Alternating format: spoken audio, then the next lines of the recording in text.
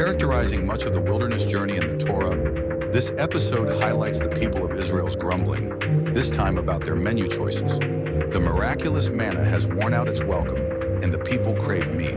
Incredibly, just before the people had begun to grumble about meat, they had been reduced to a nation of grumbling, backseat children, incessantly whining to Moses, "Are we there yet?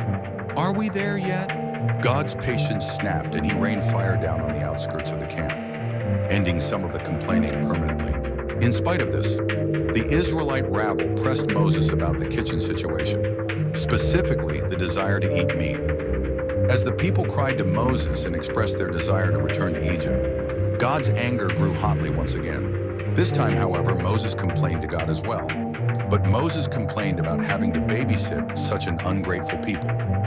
God sympathizes with Moses and proposes a solution.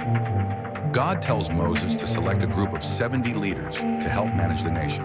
To solve the Israelites' grumbling about their food situation, God answers their hyperbolic complaints with a hyperbolic solution. God will provide quail for the people to eat, so much quail that it will be coming out of their noses.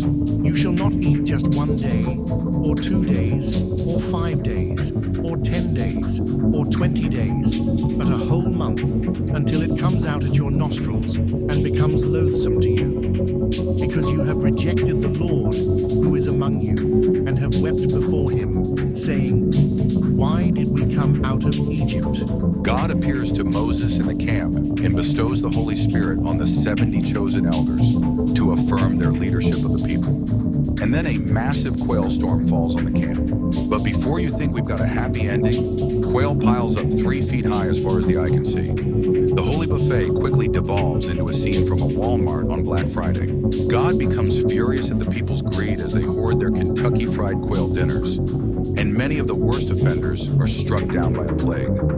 Thus the camp would be called tthe, or the grave of craving. No, you can't make this stuff up.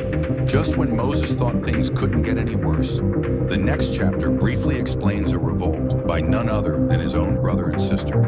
Their stated reason: Moses married a Cushite woman. Whether their apparently racist objection was the reason for their rebellion or not, God was not having it. As the siblings confront Moses in protest, God himself appears in their midst as a pillar of cloud and strikes Miriam with leprosy.